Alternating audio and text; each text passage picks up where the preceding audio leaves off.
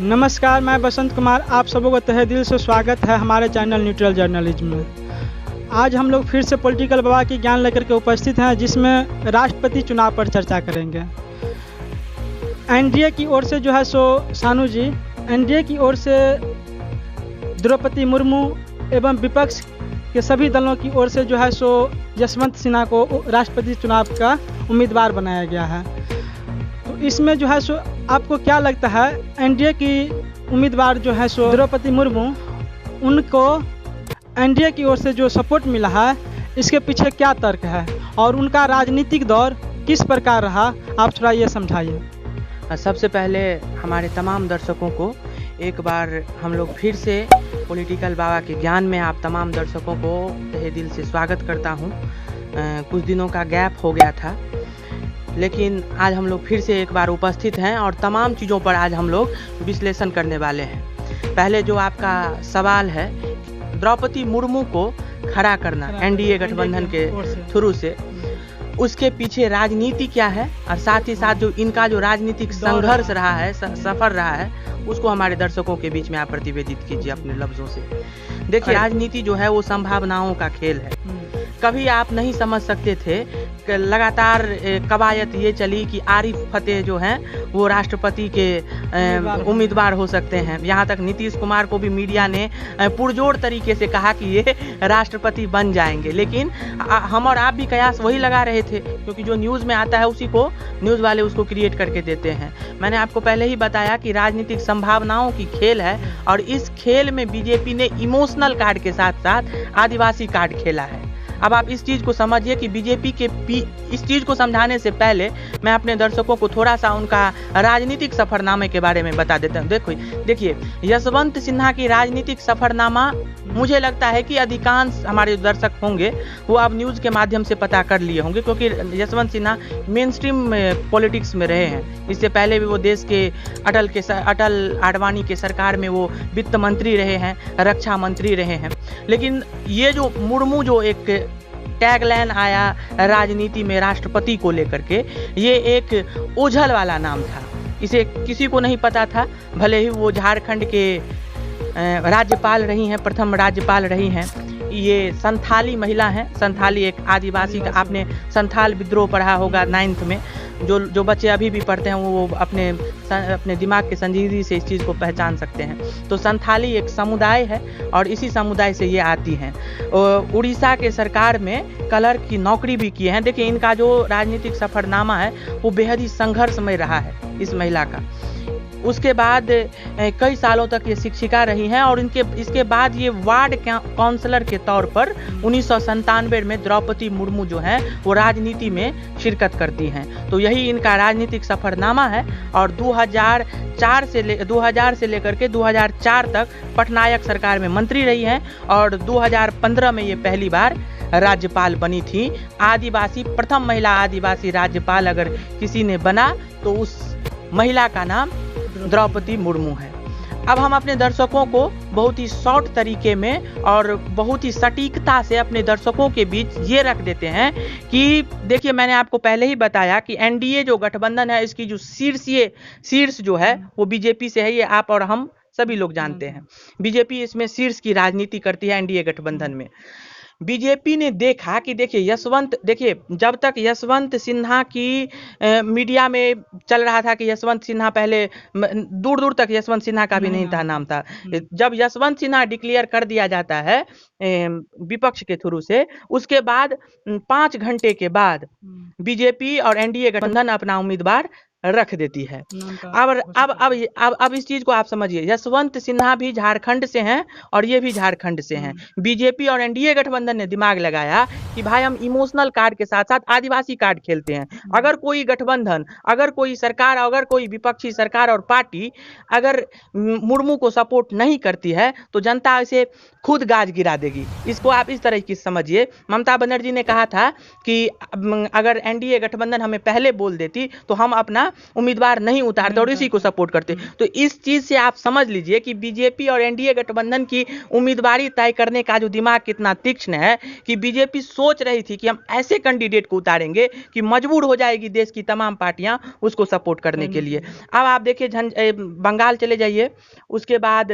झारखंड चले जाइए, तमाम जगहों पर आदिवासी लोग रहते हैं और ये एक संथाली हैं। जहाँ तक झारखंड मुक्ति मोर्चा जो यशवंत सिन्हा को सपोर्ट करती, आज झारखंड मुक्ति मोर्चा लगातार बीजेपी के विरोध में बोलती है और कटाक्ष उसका बहुत ही तीक्ष्ण होता है, लेकिन उसके बावजूद भी अगर झारखंड मुक्ति मोर्चा अगर द्रौपदी मुर्मू को सपोर्ट करती है तो इसके पीछे आप बीजेपी की राजनीति को आप समझ लीजिए कि वो चाह रही थी कि हम ऐसे उम्मीदवार को उतारें जिसमें सभी, चाहे वो विपक्ष की पार्टियां हो या फिर हमारे ही दल में जो एनडीए गठबंधन में आज जो तल्ख तेवर अपनाते रहते हैं, जैसे नीतीश कुमार को ही ले लीजिए, वो लगातार तर्क तेवर अपनाते हैं। और नीतीश कुमार का राजनीतिक इतिहास रहा है राष्ट्रपति चुनाव के दौर में कि वो जिस भी सरकार में रहे हैं उस सरकार से विरोध होकर के वो अपने उम्मीदवार को चयन किए थे। चाहे आप महागठबंधन में थे तब इन्होंने कोविंद जी को सपोर्ट किया था, इससे पहले उनको यानी जिस दल में वो रहते थे उस उम्मीदवार को छोड़ करके वो सपोर्ट करते थे। लेकिन इस बार की राजनीति देख लीजिए, नीतीश कुमार भी क्या है वो इनको सपोर्ट करने वाले हैं। तो बीजेपी की यही स्ट्रैटेजी थी कि हम ऐसे उम्मीदवार का गठन करेंगे जिसमें ये तमाम पॉलिटिकल पार्टियां जो है वो विवश हो जाएगी करने के लिए। अब मान लीजिए ना, झारखंड में अगर ये पॉलिटिकल पार्टी अगर संथाल को नहीं सपोर्ट करती है, खुद झारखंड मुक्ति मोर्चा के जो अध्यक्ष हैं मुख्यमंत्री हेमंत सोरेन, वो खुद संथाली हैं, अगर वो संथाल को नहीं विरोध कर देते हैं और यशवंत सिन्हा को सपोर्ट कर देते हैं तो सोच लीजिए ना उनका वोट बैंक कहाँ जाएगा। तो वोट बैंक की ये राजनीति के कारण ऐसा जो है सो ओवैसी जी की पार्टी का 4 विधायक आरजेडी में शामिल हो गया।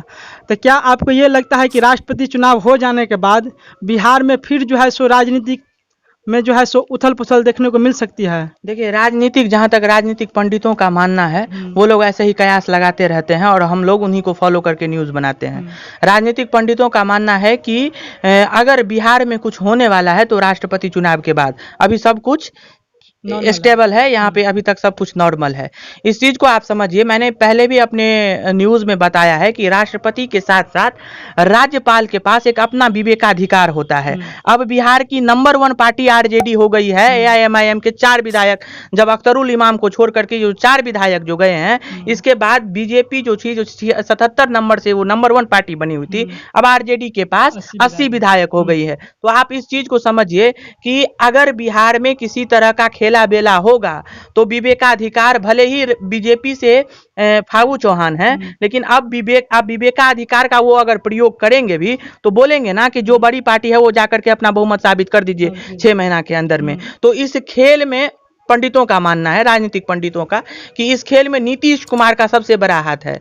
आप देख ही रहे हैं लगातार जातिगत जनगणना, आज मोदी जी बिहार आए हैं, झारखंड में भी उनका दौरा हुआ है और बिहार जो आए हैं, हाँ पटना आ चुके हैं। और उसके बाद लगातार कल जो न्यूज में ट्रेंड चल रहा था कि बिहार को विशेष राज्य का दर्जा देना चाहिए, ये विपक्ष के साथ साथ जो सत्ता पक्ष के लोग हैं ये भी बोल रहे थे। तो नीतीश कुमार हमेशा ही बीजेपी का विरोध किए हैं, चाहे वो जातिगत जनगणना को लेकर के हो, 370 का लेकर के हो, 3 तलाक का था, कृषि आंदोलन को लेकर के हो।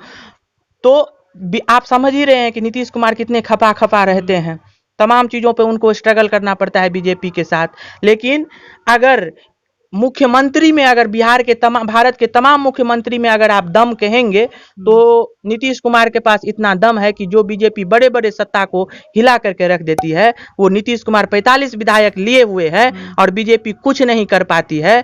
तो आप इस पॉलिटिकल पंडितों का यही मानना है कि भारत में बीजेपी कुछ भी कर सकता है लेकिन नीतीश कुमार को कुछ नहीं कर सकता है। आज इसी का कारण है कि अभी आप देख ही रहे हैं कि बिहार में कितना बड़ा घोटाला हुआ है भूमि राजस्व विभाग पे, और लगातार नीतीश कुमार के, और ये बीजेपी से रामसूरत राय जो हैं वो बीजेपी के मंत्री हैं और बीजेपी कोटे के मंत्री के होने के बावजूद लगातार जो ट्रांसफर और पोस्टिंग का जो मामला था वो नीतीश कुमार ने रोक दिया है। और नीतीश कुमार चाह रहे हैं कि बीजेपी जिस तरह से हम पे गाज गिराती है, हम भी इस मैटर पे लेकर के राम सूरत राय को लेकर के गाज गिराएंगे। तारकिशोर प्रसाद गए हैं और तारकिशोर प्रसाद उस मंत्री जी से मिले हैं और बोले हैं कि एक बार भी आप बयानबाजी बंद कीजिए और मंत्री पद से इस्तीफा मत दीजिए, क्योंकि हमको जेडीयू के साथ अब रिश्ता खराब नहीं करना है। तो इस चीज को आप समझिए कि पंडितों का जो मानना है कि बिहार में कुछ अलग होने वाला है, तो अलग हो सकता है, लेकिन राष्ट्रपति चुनाव के बाद। और ये कराने वाला कौन है, तो पंडितों का यही मानना है कि नीतीश कुमार ये कराने वाले हैं। क्योंकि नीतीश कुमार चाह रहे थे कि, देखिए, नीतीश कुमार कभी नहीं चाहेंगे कि बीजेपी हमसे आगे बढ़े, और बीजेपी भी नहीं चाहेगी कि नीतीश कुमार का कद आगे बढ़े। बीजेपी ये चाहेगी कि तेजस्वी का कद आगे बढ़े। पॉलिटिकल अगर आप चीज़ों को समझते हैं तो बीजेपी ये चाहेगी कि इसका कद बढ़े, लेकिन नीतीश कुमार का कद ना बढ़े, उसके लिए बीजेपी हर संभव प्रयास करेगी। तीसरा प्रश्न यह है सानू जी कि कुछ दिन पहले जो है सो ममता बनर्जी जी का बयान आया था कि अगर एनडीए मुझे ये बता देते कि एक आदिवासी महिला जो है सो राष्ट्रपति उम्मीदवार है, तो मैं अपना जो है सो राष्ट्रपति उम्मीदवार नहीं खड़ा करते। इस पर आपको क्या कहना है? देखिए, यही बयान के कारण विपक्ष में एकता का अभाव अभी दिख रहा है। केसीआर जो तमिलनाडु के मुख्यमंत्री हैं, उन्होंने तो पुरजोर तरीके से विरोध किया है कि हमने यशवंत सिन्हा को देंगे वोट। उसके बाद बीजू जनता दल, उसके बाद वाईएसआर कांग्रेस अरुणाचल प्रदेश के जो मुख्यमंत्री हैं, ये तमाम पॉलिटिकल पार्टियां विपक्ष होने के बावजूद भी अब ये मुर्मू की तरफ अगर ये मूवमेंट हुआ है, तो ये बयान का असर है। ममता ने कहा था कि अगर बीजेपी और गठबंधन, एनडीए गठबंधन हमें बता देती कि हम इमोशनल ये आदिवासी कार्ड खेल रहे हैं, तो हम नहीं उतारते, क्योंकि बंगाल में भी सबसे ज्यादा संथाली है। एक बड़ा उसका 6% जो वोट है वो बंगाल में जाता है संथाली का। अगर ममता बनर्जी नहीं करती है तो बीजेपी चीख चीख कर अपने रैलियों में कहेगी कि देखिए, हमने तो आदिवासी को उतारा था, एक निष्पक्ष महिला को उतारा था, एक छोटे कस्बों से लेकर के महिला को उतारा था, लेकिन यशवंत सिन्हा का साम्राज्य बहुत बड़ा है और बंगाल में ममता बनर्जी ने उनको सपोर्ट किया है, तो आपके अहिते हैं, यानी आदिवासियों का वो अहिते हैं। इस चीज से ममता बनर्जी दूर भागना चाहती है। अब वो क्या करेंगी, इसीलिए यशवंत सिन्हा अब बंगाल जाकर के कैंपेन नहीं कर रहे हैं। अब आप देख लीजिए, अखिलेश यादव के चाचा जी और ओम प्रकाश राजभर भी अब जाकर के सपोर्ट कर रहे हैं मुर्मू को, हैं। उसके बाद जितने भी विपक्षी दल हैं, यहाँ तक अब शिवसेना, जो उद्धव की शिवसेना है, उद्धव जी की जो शिवसेना है, वो शिवसेना भी अब जो है वो सपोर्ट कर रही है किसको, मुर्मू को। तो ये इन्हीं का बयान का सपोर्ट है और उसी का आज नतीजा है कि कांग्रेस ने अपने हाथों में उपराष्ट्रपति चुनाव जो अगस्त में होने वाला है, तो कांग्रेस ने कह दिया है कि देखिए, विपक्ष की एकता हमने ममता जी के हाथ में दिया था, लेकिन वो अपने वोट बैंक को बचाने के लिए, गाहे बगाहे कांग्रेस का कहना है कि वो अपने वोट बैंक को बचाने के लिए आज जो है वो इस बयान से विपक्ष में फूट हुआ है। और अलबत्ता इस बयान से ये विपक्ष में फूट हुआ है कि वो यशवंत सिन्हा को सपोर्ट ना करके तमाम लोग जो हैं वो मुर्मू की तरफ जो सपोर्ट, ये जो मूवमेंट हुआ है, वो इसी बयान का नतीजा है। बहुत बहुत शुक्रिया आपको सानू जी, आपने ये इन तमाम प्रश्नों का बहुत अच्छी तरीके से, सिलसिलेवार तरीके से जो है सो आपने उत्तर दिए हैं, हमारे जनता के बीच रखा है, तो इसके लिए आपको बहुत बहुत धन्यवाद। बहुत बहुत शुक्रिया कि आप तमाम दर्शकों ने इन प्रश्नों के जवाब को बड़ी ही संजीदगी से सुना है। और ये जितने भी कठिन प्रश्न हैं, हम तमाम विश्लेषणों में थोड़ी सी समस्या हो जाती है, इसीलिए बीच बीच में अनकंटिन्यूटी हो जाती है, लेकिन उन समस्याओं को इतर रखते हुए हमने तमाम बातों को आप लोगों के बीच में बड़ी ही आसान शब्दों में आप लोगों के बीच उसे प्रतिवेदित किया है। अगर ये वीडियो आपको पसंद आए तो हमारे चैनल को सब्सक्राइब करें, फेसबुक पे देख रहे हैं तो हमारे चैनल को लाइक करना ना भूलें। तत्काल के लिए दीजिए इजाज़त। ऐसे ही तमाम विश्लेषणों से हम आप सभी को लवरेज करते रहेंगे। नमस्कार, धन्यवाद।